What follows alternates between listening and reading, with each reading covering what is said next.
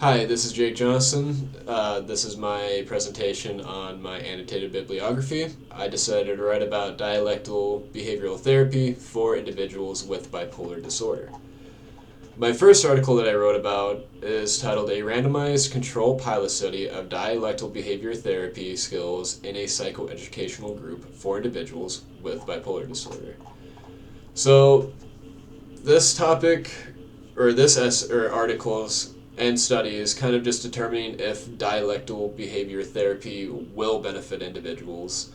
So the study that they decided to do, it consisted of having a group of people participate in dialectical behavioral therapy and then another group receiving no therapy. And they completed a couple of surveys after completing the trial of 90 days. So they completed the Beck Depression Inventory 2, Mindfulness-Based Efficacy Scale, and the Affective Control Scale. And they found from these studies that,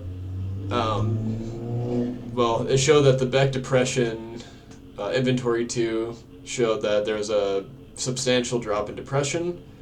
The Mindfulness-Based Efficacy Scale showed a slight increase in positive mindfulness, and the Affective Control Scale showed little statistical improvement for anger, anxiety, and positive effects. So what we can get from this is that just from a standpoint of not comparing it to any other therapies, interventions or anything like that, dialectical behavioral therapy does benefit individuals. Some limitations of this is that they didn't have a whole lot of diversity in the study. 75% of the participants were females, making representation of the study a little bit lacking.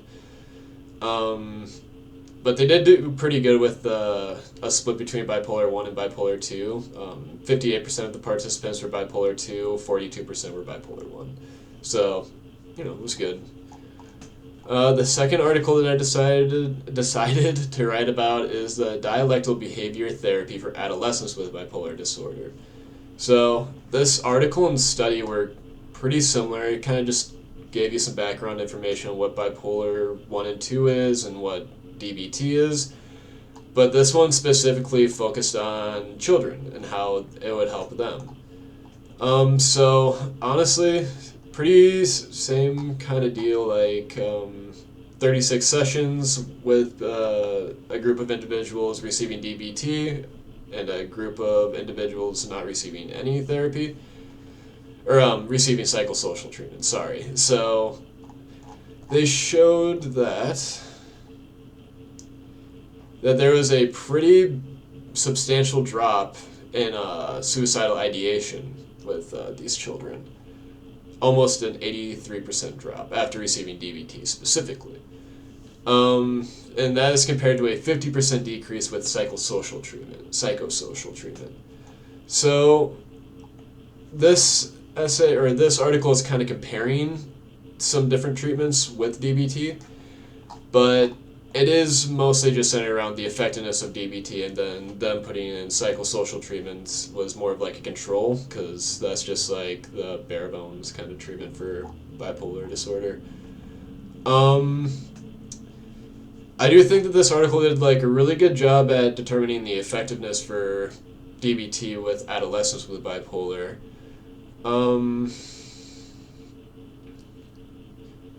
But once again, this study only had 22 participants in it, so that's kind of lacking with, sample size.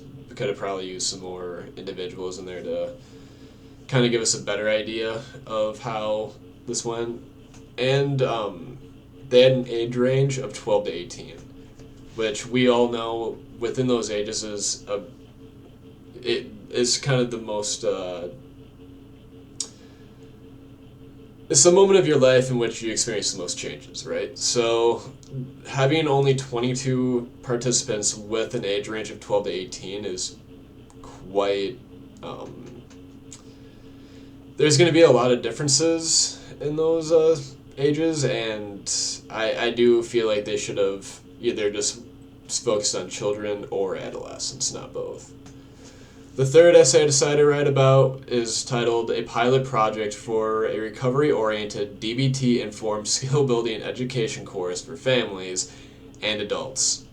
So, the program in question is called the GOER. It stands for the Getting Off the Emotional Roller Coaster Skill Building Family Education Course. So this article kind of talks about how family members can, educate themselves on DBT skills that they can use at home with their adult children or family members that suffer from bipolar 1 or 2 disorder. So this system kind of works as the idea is that the family members of the individual with bipolar would attend a classroom setting, kind of, not classroom, but, it is, they're sitting and getting lectured to and stuff by an individual that is in recovery from bipolar, as well as a clinical supervisor, and I think 3 facilitators. Yeah. So it kind of just talks about the effects of how this course would impact individuals, and it showed that there was a pretty high or pretty substantial decrease in caregiver sorry, I'm forgetting the word, caregiver burden with these individuals, because it kind of dives in about how a lot of family members are kind of helping individuals deal with these problems instead of them going to receive clinical help and stuff. So it helped the family members deal with it and kind of have a better idea on what bipolar looks like, a more in-depth idea, and just how to better help their family members. And it showed that the family members, the family member with bipolar, after receiving this, does kind of see greater improvement to their mood and emotional regulation. The article is really good. I think that the biggest weakness of this article is that most of the individuals that received the course, the family members that attended the course, were actually highly educated. That most of them had either a bachelor's or a graduate degree. So that's kind of tough, because a lot of people that have family members with bipolar disorder don't have degrees, and also sometimes the classroom setting isn't actually very beneficial for people that, so the people that took this course already showed that they do well in a classroom setting. So people that don't do well in a classroom setting would not benefit from this. So I think that kind of gave us a more skewed result. But they did have 270 individuals in this participation, so that was great. Gave us a lot of in-depth looks, a lot of diversity, so that was really great. And the last article I wrote about was titled Enhancing Dialectical Behavioral Therapy for the Treatment of Bipolar Disorder. So this article just kind of talks about how, once again, DBT can really benefit people with bipolar disorder specifically. But this one kind of talked much more in depth about what exactly DBT is, kind of shared some past studies that kind of showed how DBT can impact individuals too, spent a lot of time on that. And then they did their own study that consisted of getting 5 clinical consultants to participate in DBT training and have their clients fill out a worksheet questionnaire thing that kind of showed them how they felt about DBT training. Showed pretty overwhelmingly good results.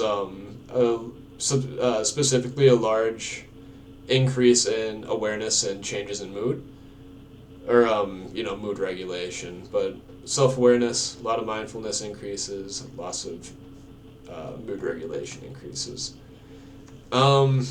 Obviously, having only 5 field consultants is really, it's not amazing. It's quite low for a study.